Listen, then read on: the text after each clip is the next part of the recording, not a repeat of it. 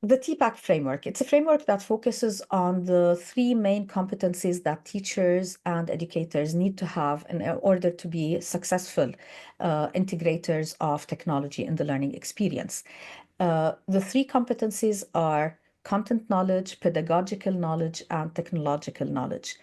The framework started off with just pedagogical and content knowledge in earlier days, where a successful teacher needed to have understanding of the content fully, or mastery of the content, and understanding and mastery of how to deliver teaching and learning. With time and technological advancement, the framework evolved to include that component.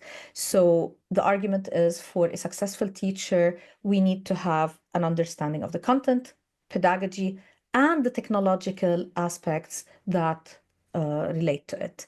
So that's in a nutshell. It is actually reminding me of an IB framework that we use for technology. And for a teacher to apply such framework, it is very similar to this one. You have to be fond about the content Mhm. and about the technology and how it serves you, the discernment part, and how you can use that content and the technology and your knowledge to transform that experience and make it efficient with the students in the classroom. So I think it's a broad framework a little bit. It's for me as an educator, it is like a foundation for building the curriculum or building a course. Am I right?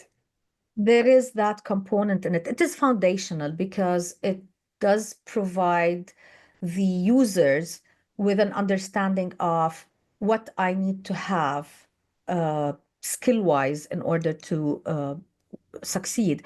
And I see it as helpful when it comes to reflecting on one's practice or reflecting on somebody else's practice to highlight where the strength is, where are the areas of growth that still need to happen. So if I'm a principal or a supervisor working with a teacher, or if I'm reflecting on my experience, looking at it, I can tell I'm very good with the content knowledge. I don't need to worry about my science understanding or how to teach, but I'm still having problems with the technology integration.